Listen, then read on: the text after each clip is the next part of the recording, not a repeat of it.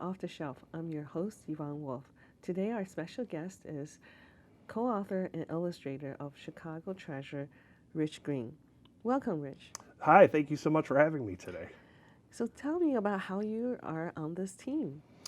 So I was taking some continuing education courses at the Art Institute just to kind of polish up some of my skills.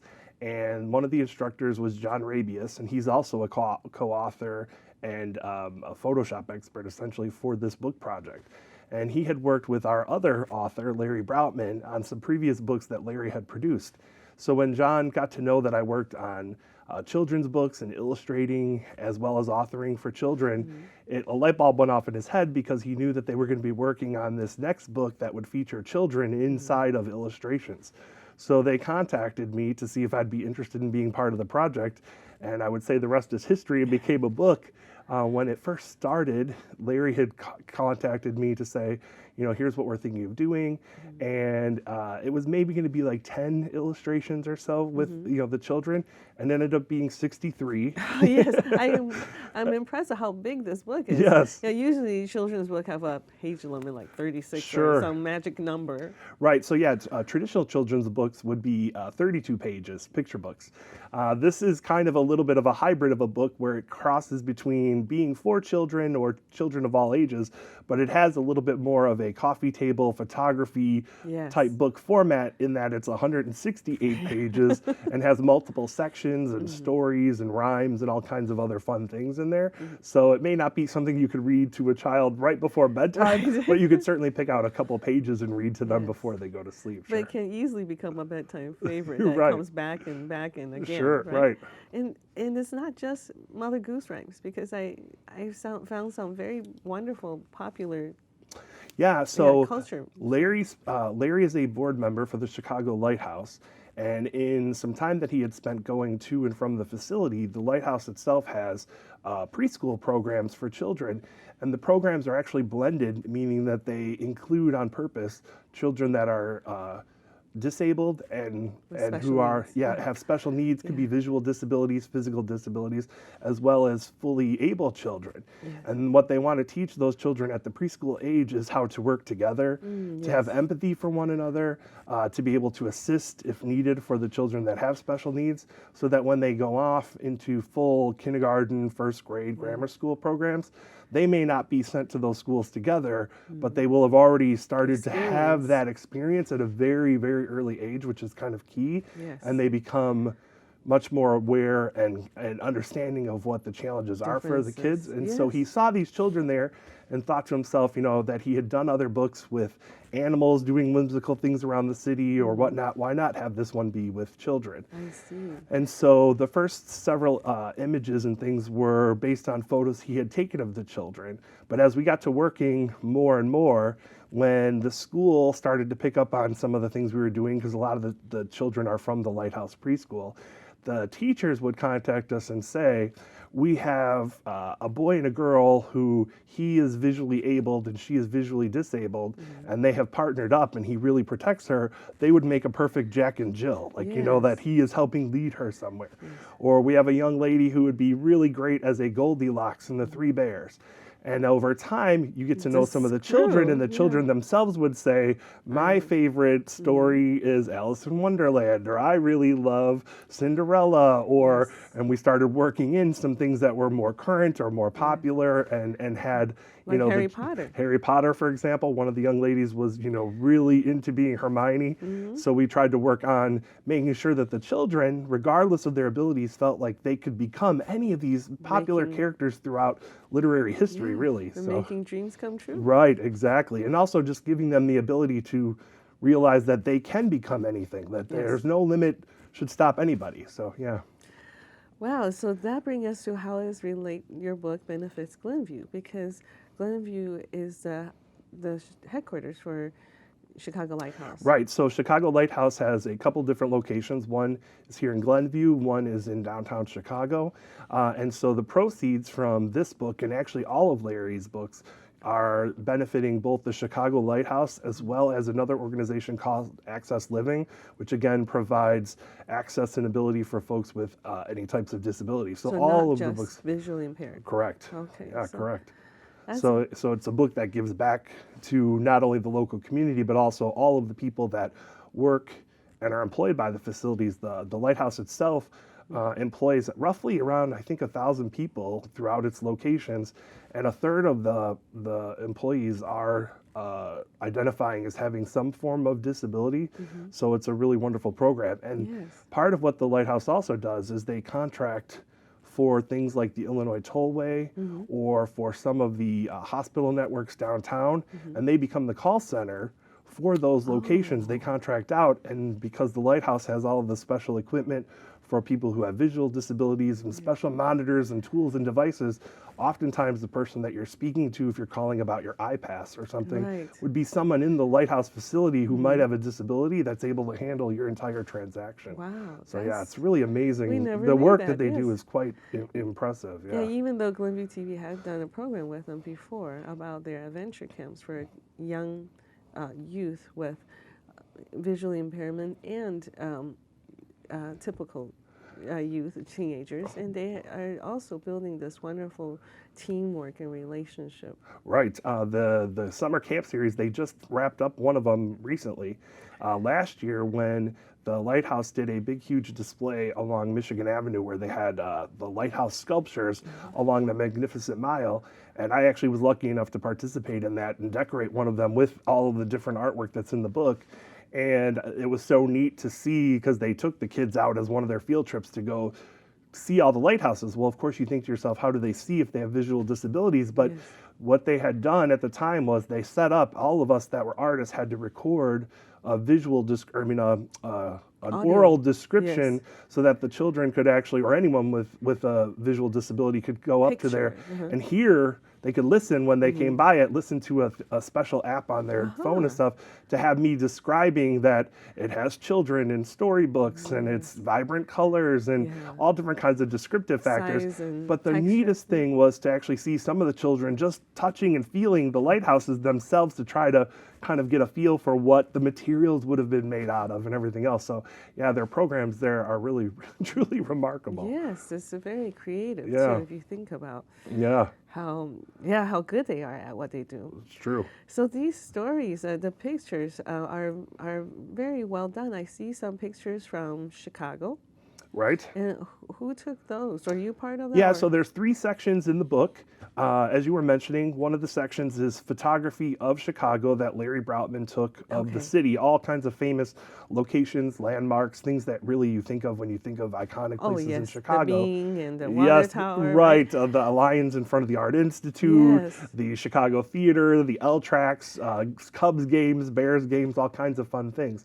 And then him and John would work on taking Larry's photos not only of Chicago but of also the children, and they would Merge use them. Photoshop essentially to merge those two things together and make it appear as though the children are doing things that were, beyond imagination or reality, in terms of, going into playing out the Cubs game with the Right, Cubs right. or riding a horse at Arlington Race Course or all kinds of Yes. other fun types of activities. So that's one section. The other section in the book features famous pieces of artwork that we had the rights from Art Institute to include. And again, Yes, I saw the parents. yeah, so the famous art and the photos of the children, and then John would merge those two together. And things that people would really be familiar with are like Edward Hopper's Nighthawks has a young lady sitting at that classic diner table eating with the Yes. other folks that are pictured in the scene, or the American Gothic with the, Oh, yes. the husband and the wife and the The young girls in the pitchfork. front of them, Yeah. in the same type of clothing attire, that yeah. the lady was wearing in the picture and stuff. So lots of fun plays on those types of imagery to put the children in, again, situations that are not really realistic, but very help you really comical, yeah. dream. Yeah. Yes. And how long did you plan for this? This sounds like a big logistic and Yeah.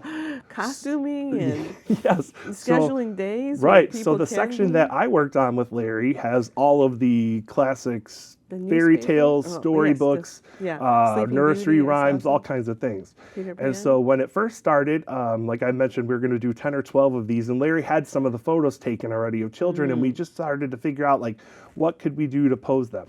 But as I started working with him a little bit more, and he was then going to do photos with children, we would plan out, I would sketch ahead of time some ideas and poses that Okay. we might want the kids to do to give him an idea of Yes. some possibilities. Now, these are not professional models. These are little, Right. truly toddlers and Right. above. A lot of them are very young. So they're not really made for true modeling. So he would have to take a whole series of photos Oh, and send yes. over some of the best to me. Mm-hmm. And sometimes you were able to use a photo straightforward. Other times I might have to take Tweak the them. body Yeah. pose from one, but their smile and face from another because, Oh, they yes. may not have been looking We're or in the they may, right place. right, Yeah, yeah. and combine them. And then I would sketch out the whole scene around that photo of Around the it. child. Okay. And once we got the sketch to a place we liked it, then I worked on all the coloring and adding in all the texturing, and all of that, again, was done digitally in Photoshop. So it's not the other way. You don't have the background ready and then put the child. Right. It's the other way around. Right, Okay. and some of the challenges that were there was that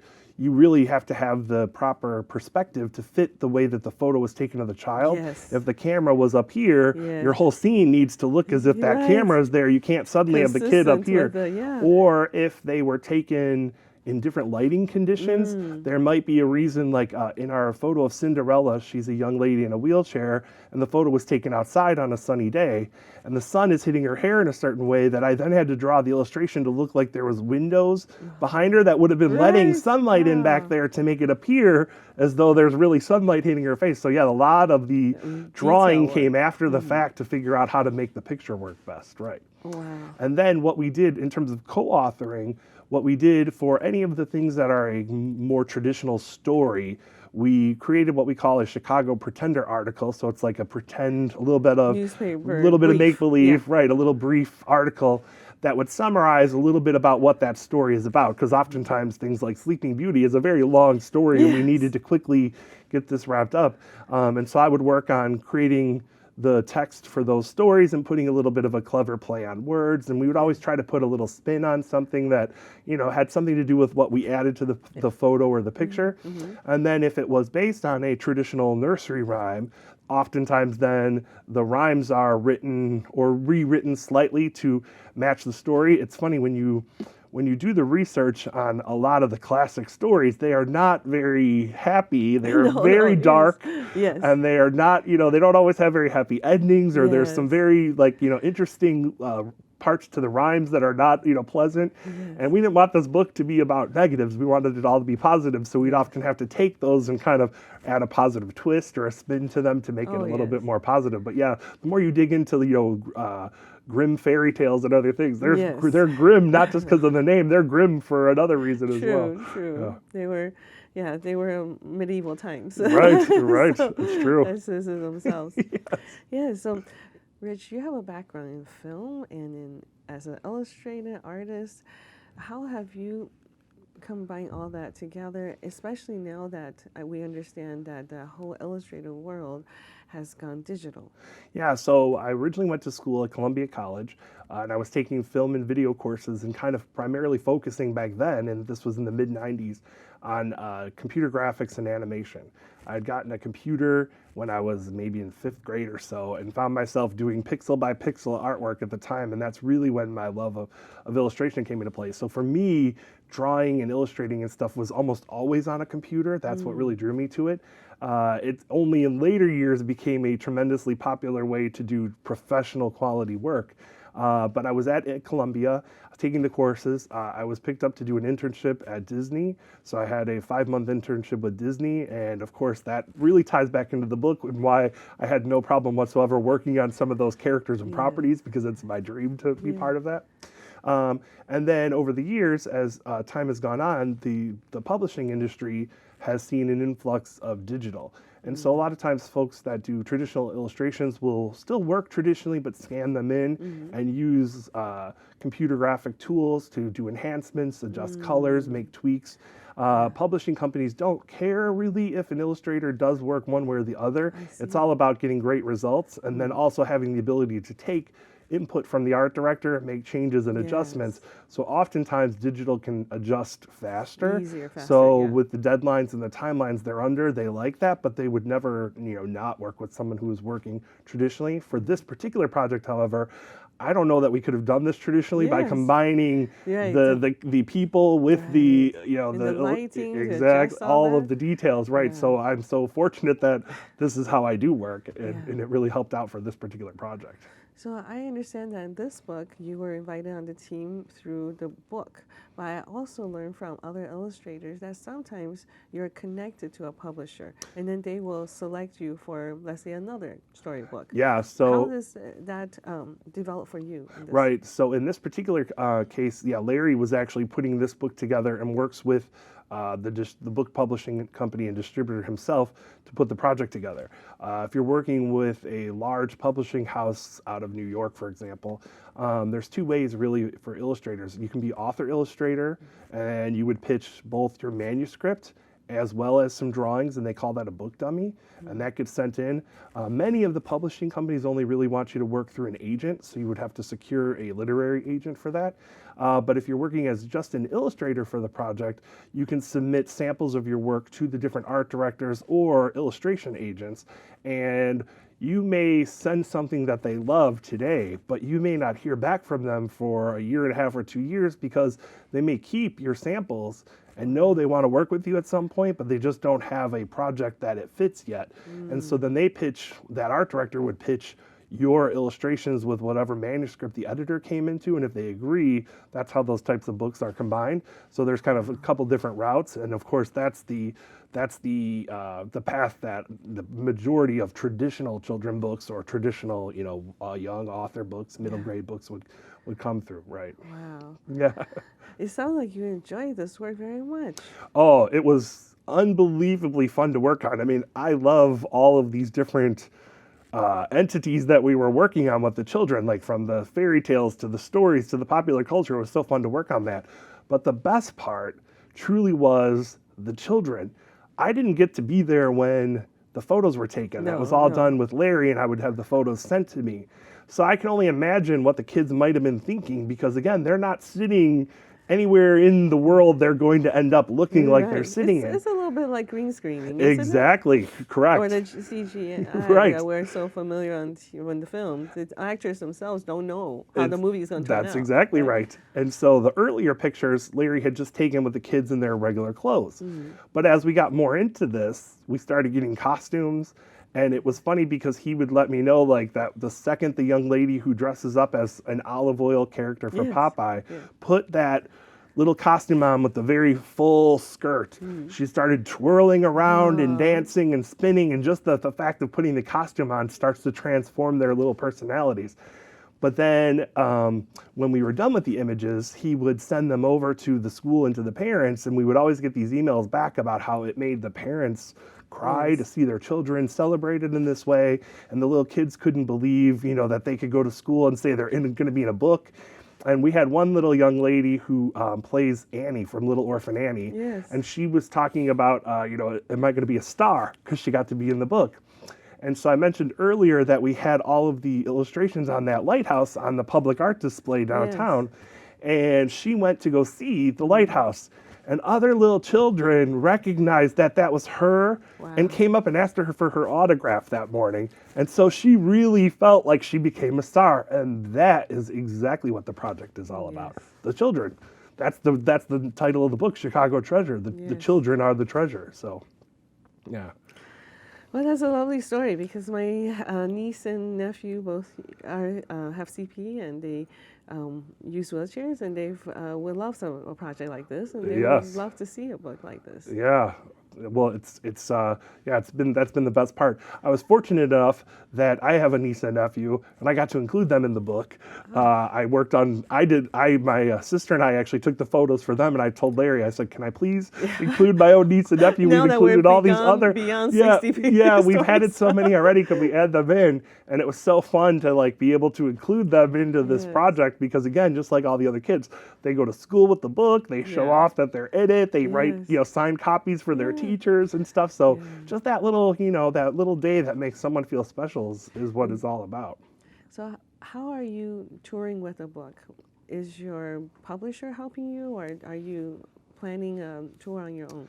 Yeah, so the book distributor is actually working with me. Normally, it would have been Larry and myself. Larry is a little bit ill, so I've been Yes. handling a little bit more of the public speaking and stuff. And we've done different TV and radio interviews. But right Good. now, what we're working on now that the school year has started is that I have several different schools that I'll be going to speak to and do assemblies with the children. Oh, And the what a great message, idea. yeah, the message is not only to show them a book and how it's created, but also to keep spreading that message of access and inclusion for all types of children, whether disability, whether gender, whether race, whatever the case may be, everyone is included in what it feels like, to have challenges and still be participating. And then also, there's a new trend that seems to be happening is a lot of the libraries, especially all around Chicago and the suburbs, put on author fests and local author fests where you can come and have a table with your books and talk about everything. So I'll Yes. be at several of those coming up in the next few months as well. There's things this month, October, November, December, all the So way you through. got Yeah, a so a lot of things happening with it. yeah, It's fun. very exciting tour. Yeah. So you're handling this yourself, or is there a agent that's helping you? Because It's sometimes actually the book distributor. okay, the There's someone there publisher. that is helping coordinate all of those details with That's me, right? very Yeah, nice. so helpful. Yeah, because a So- lot of authors have to work all this on themselves. And I know finding it's a the events. combination. So yeah, like I feel very lucky that they're helping support this to this extent, because on top of doing the events, you have to prepare activity sheets for the schools and Oh, yeah. all kinds of things. And so it's been really Press great. Like I release. do a lot of the work on those, but then Stacy is the person I work with at the book distributor who is helping, help facilitate coming up with some really great activity ideas and all kinds of things. So without them, I would not have be halfway as far as I would have otherwise. So it's been really wonderful to have their support. Rich, what's next for you? For me personally, I'm currently working on a book dummy manuscript and some sample illustrations to pitch for myself. And the project is really based on a holiday theme. I'm a big, huge fan of Christmas and holiday time and Christmas lights and decorating. I've had this idea stirring around in my head for quite a while, so I'm working on something that would be related to pitching that and maybe having my own 32-page picture book based on that particular story. So I hear that's a big genre, the Christmas Right. genre. Well, very nice to have you, it Rich. was a pleasure. Thank you so much. I really appreciate it. And thank you for watching. Join us next time on Off the Shelf.